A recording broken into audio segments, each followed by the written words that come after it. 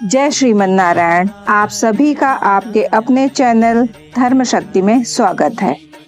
अश्विन माह के शुक्ल पक्ष की एकादशी तिथि को पापांकुशा एकादशी का व्रत रखा जाता है। आज हम जानेंगे कि पापांकुशा एकादशी कब है, पूजा का शुभ मुहूर्त, पारण का समय और पारण किस चीज से हमें करना चाहिए और उस दिन क्या करें और क्या ना करें। आप सभी को पापांकुशा एकादशी की बहुत सारी शुभकामनाएं। आप सभी को लक्ष्मी नारायण की कृपा से सुख, शांति और समृद्धि की प्राप्ति हो। जैसा कि हम सभी जानते हैं कि एकादशी का व्रत भगवान विष्णु और माता लक्ष्मी को समर्पित होता है। पापांकुशा एकादशी तिथि पर भगवान विष्णु के पद्य नाम स्वरूप की पूजा की जाती है। इस व्रत के करने से अपने साथ साथ अपने परिजनों को भी लाभ मिलता है। इस व्रत से न सिर्फ मन शुद्ध होता है बल्कि अश्वमेघ और सूर्य यज्ञ के बराबर पुण्य फल की प्राप्ति भी होती है। एकादशी के दिन विधि पूर्वक पूजा करने और व्रत रखने से प्रभु नारायण की विशेष कृपा प्राप्त होती है। एकादशी के जिस व्रत से पापों पर अंकुश लग जाए तो उस व्रत को पापांकुशा एकादशी कहा जाता है। धार्मिक मान्यताओं के अनुसार पापांकुशा एकादशी का व्रत करने से हर तरह के पाप मिट जाते हैं और धन धान्य सुख समृद्धि की प्राप्ति होती है। तो आइए जानते हैं कि अक्टूबर में पापांकुशा का व्रत कब रखा जाएगा, पूजा का शुभ मुहूर्त क्या है। अश्विन मास की शुक्ल पक्ष की एकादशी तिथि 13 अक्टूबर सुबह 9:08 पर प्रारंभ हो रही है। इस तिथि का समापन 14 अक्टूबर को सुबह 6:40 पर होगा। स्मार्ट पद्धति में एकादशी व्रत के दिन भगवान विष्णु की उपासना अभिजीत मुहूर्त में की जाती है। इसलिए पापांकुशा एकादशी व्रत का पालन 13 अक्टूबर रविवार के दिन किया जाएगा। वहीं वैष्णव संप्रदाय के लोग इस व्रत को अगले दिन अर्थात 14 अक्टूबर सोमवार के दिन धारण करेंगे। जो गृहस्थ जन हैं वो लोग भी 13 अक्टूबर को व्रत धारण करेंगे। इस दिन एक समय फलाहार किया जाता है। एकादशी पर दान पुण्य जरूर करना चाहिए। शाम के समय भी भगवान की विधि विधान से पूजा करके आरती उतारते हैं और ध्यान व कीर्तन करते हैं। व्रत के अगले दिन अर्थात द्वादशी तिथि को ब्राह्मणों को भोजन और अन्न का दान करने के बाद व्रत का पारण करते हैं। एकादशी के व्रत को समाप्त करने को पारण कहा जाता है।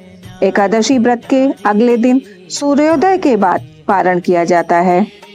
एकादशी व्रत का पारण हरिवासर के दौरान भी नहीं करना चाहिए। जो श्रद्धालु व्रत कर रहे हैं उन्हें व्रत तोड़ने से पहले हरिवासर समाप्त होने की प्रतीक्षा करनी चाहिए। एकादशी का पारण द्वादशी तिथि का 1/4 बीत जाने के बाद किया जाता है, जो कि हरिवासर का समय होता है। 14 अक्टूबर को हरिवासर का समापन सुबह 11:56 पर हो रहा है। हरिवासर के समाप्ति के बाद भी पारण कर सकते हैं। द्वादशी तिथि समाप्त हो रही है 14 अक्टूबर को रात्रि के 3:43 पर। जो लोग 13 अक्टूबर को व्रत कर रहे हैं वो व्रत का पारण 14 अक्टूबर को दोपहर 1:16 से दोपहर 3:54 के बीच कर लेंगे। और जो लोग 14 अक्टूबर को व्रत कर रहे हैं वो लोग 15 अक्टूबर को सुबह 6:30 से लेकर 7 बजे के बीच में कर सकते हैं। पापांकुशा व्रत का पारण गुड़ से किया जाता है। 13 और 14 अक्टूबर को ब्रह्म मुहूर्त का समय है 4:41 सुबह के से लेकर 5:31 तक। 13 अक्टूबर को सूर्योदय का समय होगा सुबह के 5:55 और सूर्यास्त का समय होगा शाम को 5:32। 13 अक्टूबर को राहु काल का समय शाम को 4:27 से शाम को 5:53 तक रहेगा। जो लोग एकादशी व्रत को धारण कर रहे हैं उन्हें दशमी तिथि को सूर्यास्त से पहले तक सात्विक भोजन ही ग्रहण करना चाहिए। इस दिन भी चावल, बैगन, चना, जौ, मसूर की दाल और दूसरे के घर का भोजन नहीं करना चाहिए। ब्रह्मचर्य का पालन करना चाहिए और श्री हरि का ध्यान करते हुए भूमि शयन करना चाहिए। एकादशी के दिन प्रातः जल्दी उठकर स्नान कर स्वच्छ कपड़े धारण कर हाथ में जल और फूल रखकर व्रत का संकल्प लें। आप व्रत किस प्रकार कर रहे हैं यह भी संकल्प के समय बोले कि निर्जला या फलाहार। इसके बाद एक चौकी भर भगवान विष्णु की मूर्ति या तस्वीर रखकर पूजा करनी चाहिए। यदि मूर्ति हो तो आप उसे पंचामृत से स्नान कराएं और पीले वस्त्र अर्पित करें। सबसे पहले रोली अक्षत का तिलक लगाना चाहिए और पीले फूल और तुलसी भगवान को अर्पित करना चाहिए। अगरबत्ती, दीपक, नारियल, फल, फूल आदि चढ़ाएं। नैवेद्य भी उनको अर्पित करें। भगवान विष्णु की पूजा में या भोग में तुलसी दल अवश्य शामिल करना चाहिए। एकादशी के दिन तुलसी दल हम नहीं तोड़ सकते हैं, इसलिए उसे आप एक दिन पहले ही तोड़कर रख लें। तुलसी दल कभी भी बासी नहीं माना जाता है। भगवान की पूजा के बाद विष्णु सहस्त्र नाम का पाठ करें और भगवान विष्णु की आरती करें। इस दिन व्रत रखने वाले को रात्रि में जागरण और भजन कीर्तन करना चाहिए। अगले दिन अर्थात द्वादशी को विधि विधान से विष्णु भगवान और माता लक्ष्मी की पूजा करें और फिर ब्राह्मणों को भोजन कराएं और अपनी आर्थिक क्षमता के अनुसार दान करें। इसके बाद पारण मुहूर्त को याद करके व्रत का पारण करें।